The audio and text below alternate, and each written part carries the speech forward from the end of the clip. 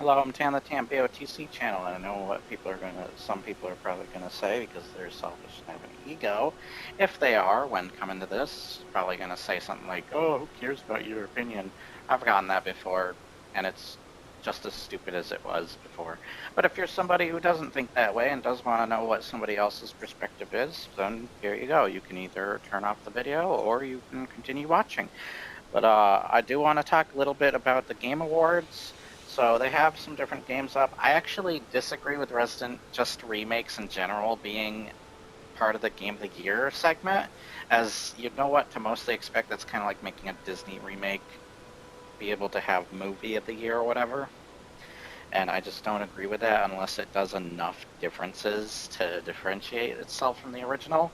And I don't feel both Resident Evil 4 and Dead Space do enough of that, though Dead Space is much better in my opinion. It not only feels like they added more game to it, more content to it rather than taken away, but they also don't have egregious microtransactions like Resident Evil 4 Remake, as well as other mechanical problems to the game, such as the staggering effects, Leon, you not being in control of when you use your flashlight, freaking the difficulties, not being able to stagger the enemy in higher difficulties and stuff with headshots, making kind of the kicking mechanic or whatever kind of pointless in those cases, or non-existent.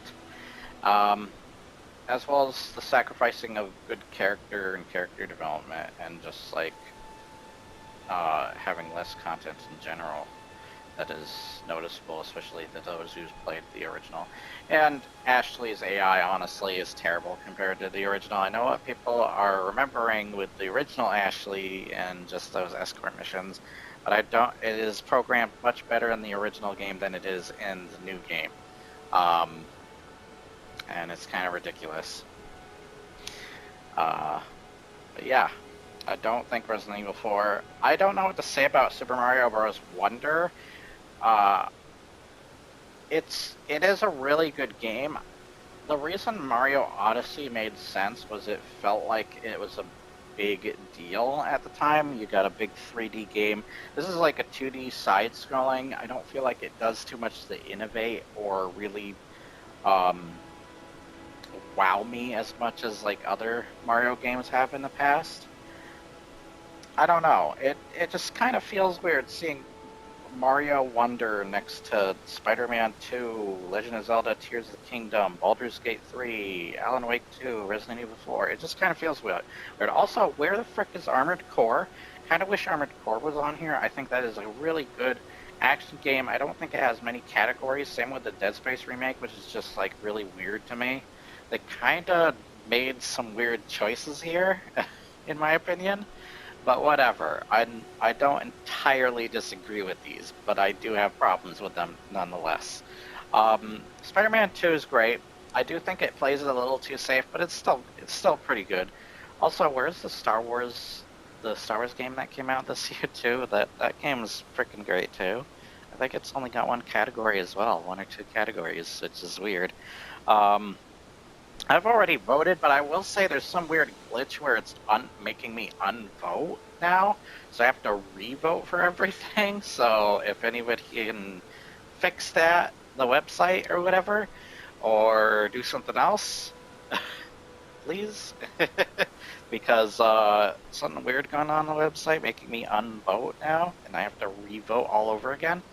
So if somehow I come out, or maybe other people come out like spam it, seeming like they're spamming their votes, that might be the reason. Because there's some sort of glitch or something in the website. You might want to take a look into that. Alan Wake 2, while Moist Critical talked about it being his favorite in some categories, I don't entirely agree. I think the story can get really. I think G-Man Lives made some good points. I think the story can be hard to follow if you just miss one or two cutscenes, because it's trying to do a multiverse kind of connecting to the other Remedy games and such, as well as the original. But also, there's only so few times where the game uh, has really good artistic sections as well as looks really good. There are times where the scenery kind of looks almost PS3 graphics, as well as has just a really boring level design in general, or just really boring empty segments. So I know it's trying to build atmosphere in some of those parts, but when there are sections where the enemies are kind of facing their back to you and make it kind of easy to beat them up, and they're just not as interesting to fight in this game, it kind of dampens that a little bit. So yeah, and I want to say, just because your story is based on writing a character a certain way within another character in that game, making it right exception, doesn't mean they can't still be avoiding being terribly written. Because I feel like even with that plot element, the new character does feel a little bit Mary Sue-ish. I don't like that you can't entirely solve some of the crimes and mysteries yourself. Yeah, I wish they would have better writing behind that, or make it work a little bit better than they did with the direction. So, yeah. I think G-Man Lives made a really good video on talking about some of the stuff with Alan Wake 2. Better than I can describe here. But I don't think it's not deserving of it. I was even saying Alan Wake 2 is probably going to be an excellent game. I'm glad it's back. Alan Wake games.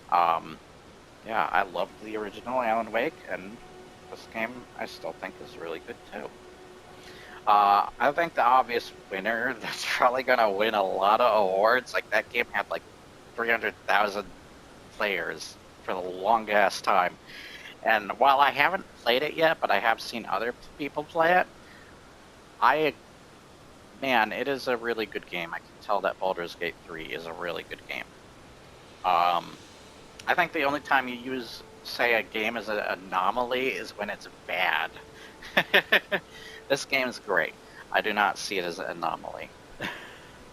Fallout 76, on the other hand, was an anomaly.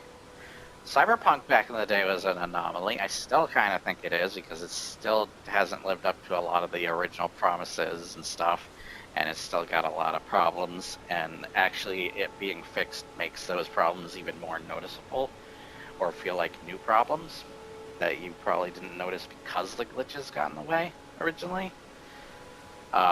But yeah, and speaking of which, I gotta say, on community support, I do not think that Cyberpunk deserves to be on there. I know that it's gotten tons of patches and updates, though more the equivalent of making an entirely new game. Kind of like what Manly Reviews brought out when he said, that's not a patch, that's a new pair of pants, when he talked about the patches. Recognizing a game for outstanding community support, transparency, and responsiveness, inclusive of social media activity and game updates patches. So first off, other games do that to the same extent and better.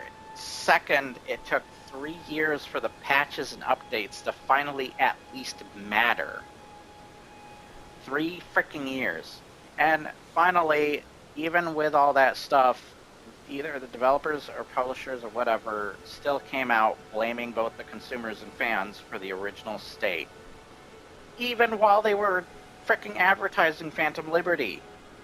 I think Angry Joe and Yang Yi covered this, but they were fricking saying the consumers and the fans were responsible for the original state the game was in. That's a person you want to recognize for a game for outstanding community support, transparency, and for responsiveness, inclusive of social media activity and more? Really? Screw you.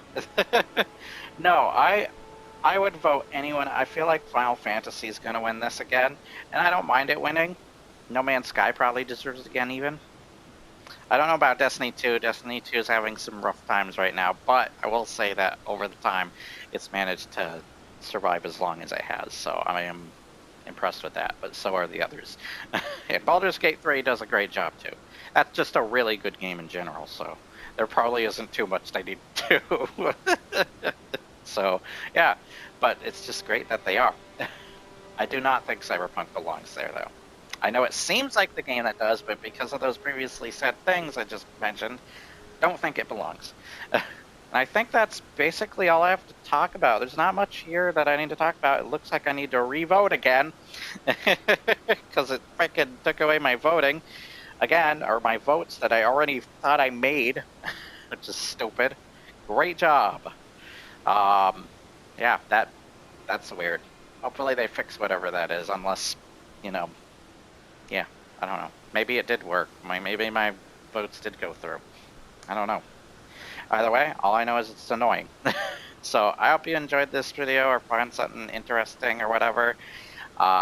This is just my personal opinions once again. Keep that in mind for all of my videos, even when I seem like I'm trying to be really straightforward and pushy with how I go about them. Just remember that at the end of the day, every time. And I hope you have an awesome day nonetheless. And you can share your opinions and perspectives without being a jerk and having an ego behind it. There are many ways you can say something is not the most based answer. So I will see you guys next time. Bye, and have an awesome day once again.